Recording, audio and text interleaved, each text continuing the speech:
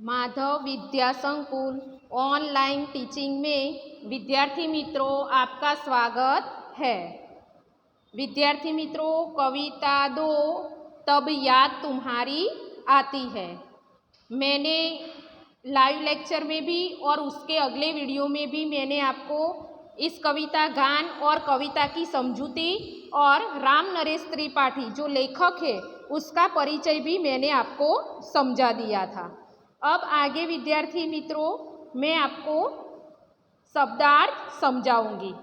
यहाँ चिड़िया, चिड़िया का समानार्थी शब्द पंछी, पक्षी या गोरैया होता है। लहर, लहर का अर्थ तरंग होता है, जो यानी कि तरंग, झोंका। सृजनहार, सृजनहार का मतलब सृष्टि के रचना करने वाला यानी कि ईश्वर, भगवान आदि होता है। अब ढोना, ढोना का अर्थ होना है बोझ उठाना। हरियाली का अर्थ होता है हरा भरा। अब विद्यार्थी मित्रों मैं आपको अभ्यास के बारे में बताऊंगी। अभ्यास में पहला प्रश्न है, प्रश्नों के मौखिक उत्तर दीजिए।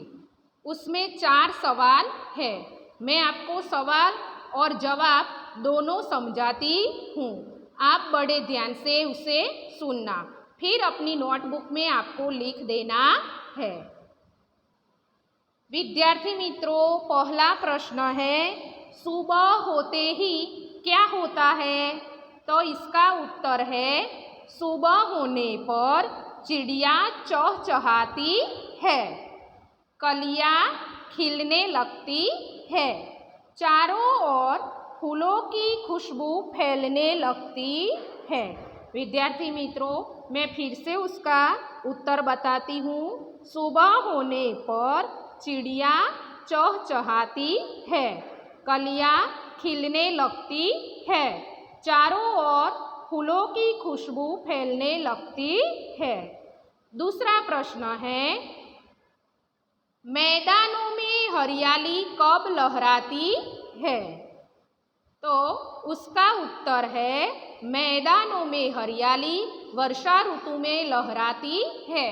विद्यार्थी मित्रों मैंने समझाया था कि हरियाली यानी कि उसका गुजराती में अर्थ होता है हरियाली या हरा भरा। तो લીલોતરી, हरियाली का अर्थ होता है લીલોતરી। तो લીલોતરી ચારે બાજુ ક્યારે છવાય? વર્ષા ઋતુમાં। એટલે વરસાદનું વાતાવરણ હોય ત્યારે ધરતી લીલીછમ થઈ જાય છે। अब आगे है तीसरा प्रश्न, आपको प्रभु की याद कब आती है? तो उसका उत्तर है पशु, पंखी, कलियां और फूल, बारिश, हरियाली, सूरज, चांद आदि प्रकृति के तत्वों को देखकर मुझे प्रभु की याद आती है। फिर से मैं विद्यार्थी मित्रों आपको समझाती हूँ। पशु, पंखी, कलियां और फूल, बारिश, हरियाली, सूरज, चंद्र आदि प्रकृति के तत्वों को देखकर मुझे प्रभु की बहुत याद आती है। अब आगे विद्यार्थी मित्रों चौथा प्रश्न है, तुम सुबह में उठकर क्या क्या देखते हो? तो उसका उत्तर है मैं सुबह उठकर देखता हूँ कि पूर्व दिशा में सूर्योदय हो रहा है, पक्षी चहचहाने लगे हैं, कलियां खिलने लगी है, ठंडी हवा चल रही है, बच्चों की कलबलाहट सुनाई दे रही है, लोग अपने अपने काम में लग गए हैं। विद्यार्थी मित्रों मैं आपको फिर से इसका उत्तर बताती हूँ। मैं सुबह उठकर देखता हूँ कि पूर्व दिशा में सूर्योदय हो रहा है, पक्षी चहचहाते लगे हैं, कलियां खिलने लगी है, ठंडी हवा चल रही है, बच्चों की कलबलाहट सुनाई दे रही है, लोग अपने काम में करने लगे हैं, यानी कि काम में व्यस्त हो रहे हैं। अब विद्यार्थी मित्रों प्रश्न दूसरा है। यहाँ प्रश्न दूसरा, चित्रों को देखकर वचन परिवर्तन कीजिए। विद्यार्थी मित्रों आप अपनी चौपड़ी में देखेंगे कि जो ब्लैक लाइन में है यह सवाल है और ब्लू लाइन में जो लिखा हुआ है वह हमें जवाब लिखना है। तो मैंने आपको समझा दिया था कि कोष्टक 2 हमें नोटबुक में बनाना है और चित्र की जगह हमें वहाँ नाम लिख देना है। यानी कि पहला चित्र चिड़िया का है तो वहाँ चिड़िया लिख देनी है, दूसरे में कली है तो कली लिखनी है, तीसरे में बूंद है, चौथे में दरवाज़ा है और फिर लड़की है तो हमें यह नाम लिख देने हैं और वचन परिवर्तन करना है, एक वचन और बहुवचन।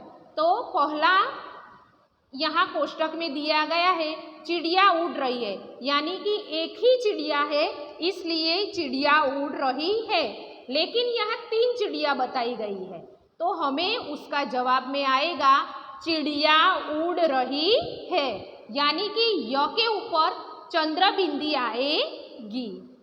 दूसरा है कली नहीं खिली है, यहाँ एक ही कली है इसलिए कली नहीं खिली है ऐसा कहा गया है, लेकिन यहाँ 3 कली है तो कलियां नहीं खिली है, या के ऊपर चंद्र बिंदी आएगी।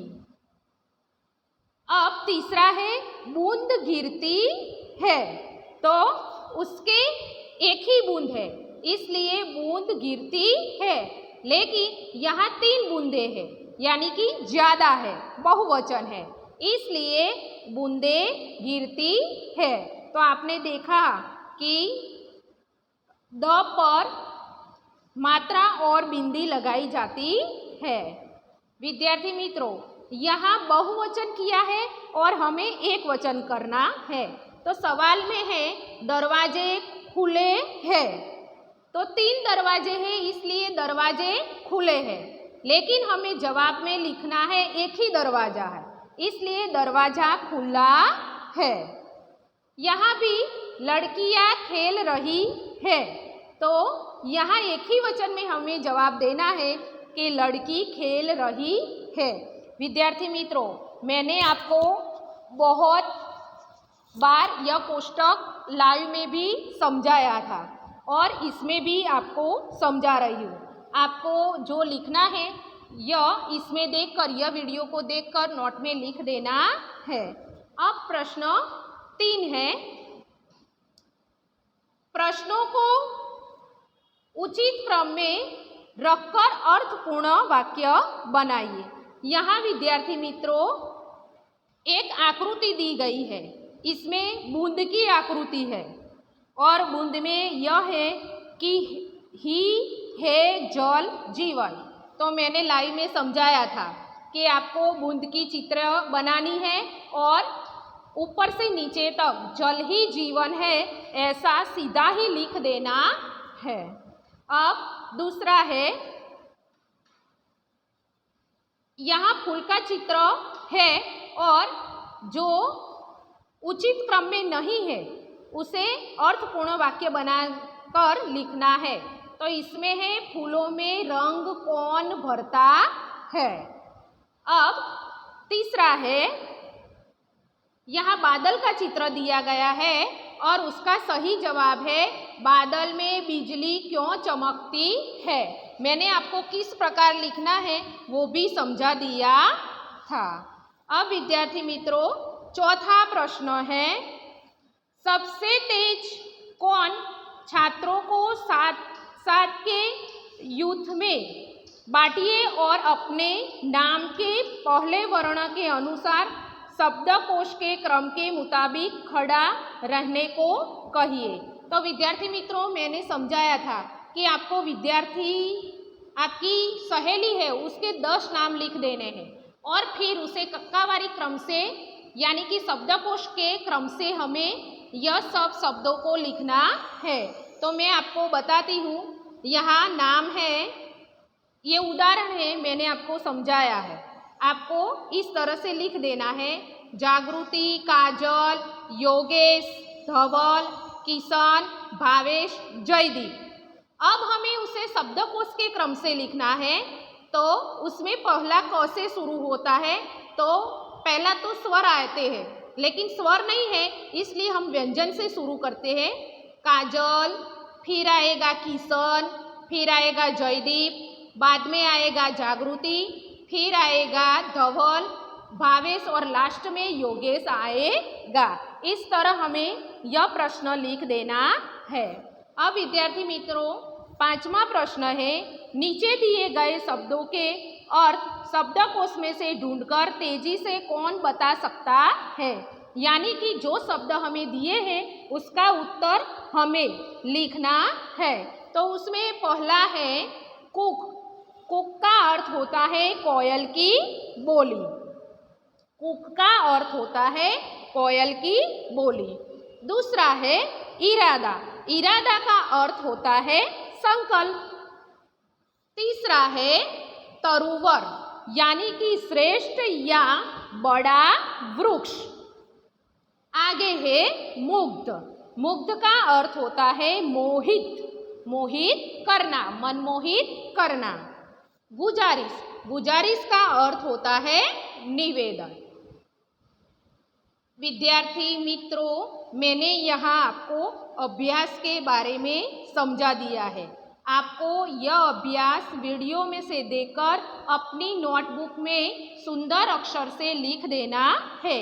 उसके बाद के वीडियो में विद्यार्थी मित्रों, मैं आपको अभ्यास के बारे में समझाऊंगी और वीडियो भी दिखाऊंगी। तब तक प्रणाम विद्यार्थी मित्रों।